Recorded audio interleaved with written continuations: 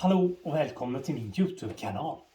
Jag måste säga att när jag köpte den här Gibsonen, det är en Les Paul Classic, då blev jag lite missnöjd faktiskt. För att jag tycker att den här översadeln här, det är det jag ska titta närmare på idag. Den här översadeln här, den är ungefär lika resonant som ett suddgummi. Så att jag ska visa er idag hur man får bort den från en sån här gitarr. Och såklart så börjar vi med att släppa spänningen på strängarna som vi har här.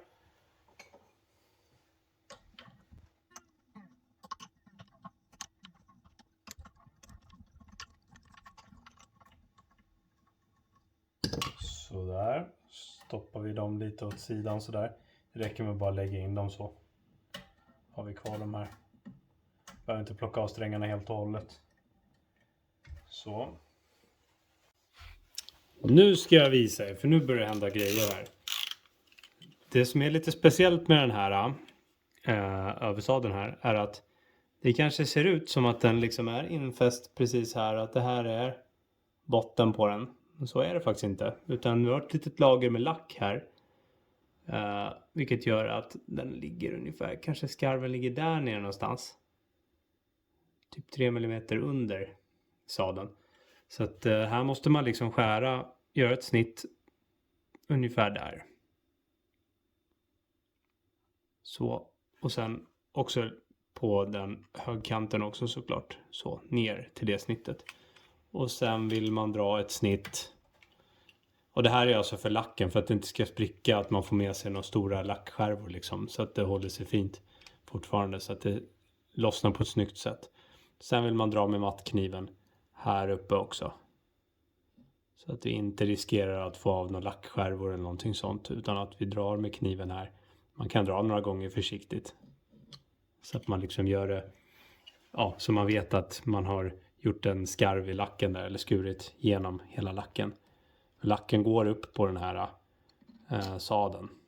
Och tar vi inte bort det här med en skarv här, då är risken att, som sagt, att vi får med oss mer än vad vi vill egentligen. Så och så som sagt var ungefär 3 mm under den här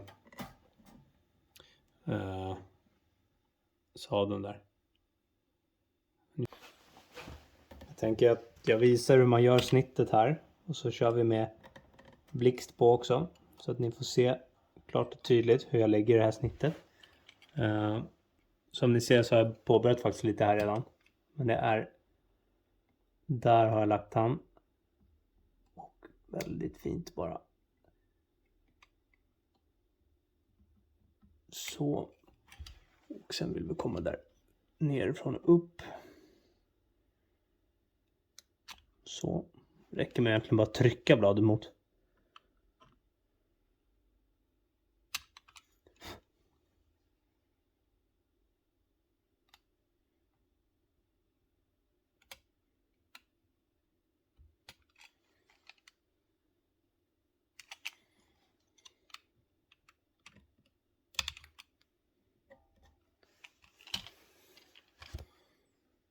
Sådär.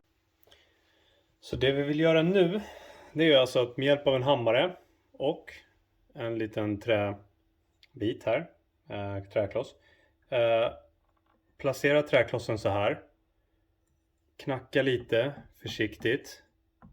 Andra längs hela så här. Och sen bara känna om den verkar lossna. I de flesta fallen så lossnar den genom att man gör så här.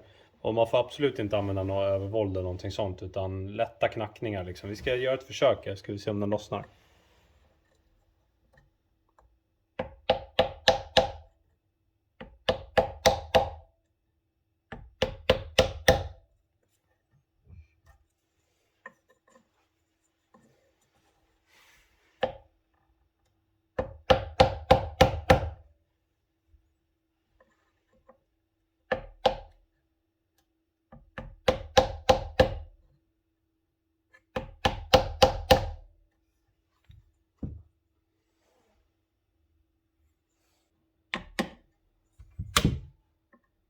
Sådär. Nu fick jag bearbeta den lite fram och tillbaka här nu innan jag tänkte jag skulle visa det sista här nu när den kom ut. Men man går fram och tillbaka liksom. Absolut inte slå hårt. Det är bättre att det tar längre tid Och att man får stå och banka lite försiktigt så. Men absolut inte slå hårt från början. Då är risken att man får med sig lackbitar och sånt där. Och, ja. Här ser vi då. Är vi redo att börja göra själva utrymmet fint där den nya sadeln ska ligga liksom. Så att, det är inte mycket svårare än så här, utan det enda man ska tänka på är bara att ta det väldigt försiktigt. Låt det ta den tid som behövs. Så är det. Tack så jättemycket för att ni tittade på videon, och jag hoppas att det hjälper någon där ute som har haft det här problemet och nu känner sig, vet lite mer om hur man ska gå tillväga för att lösa problemet. Tack så mycket, ha det så bra.